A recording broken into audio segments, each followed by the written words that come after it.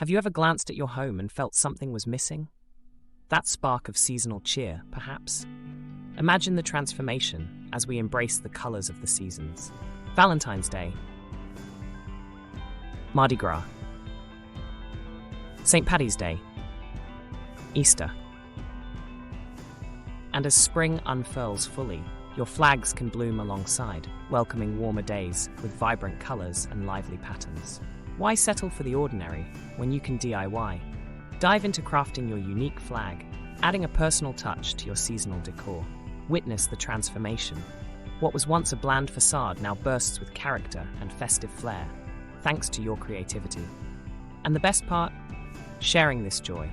Your flag display isn't just for you, it's a beacon of cheer for the whole neighborhood. From the quiet of your home to the eyes of the world, let's spread the seasonal spirit together. Share your flag display creations and inspire. Day 8 of 29 curb appeal tips.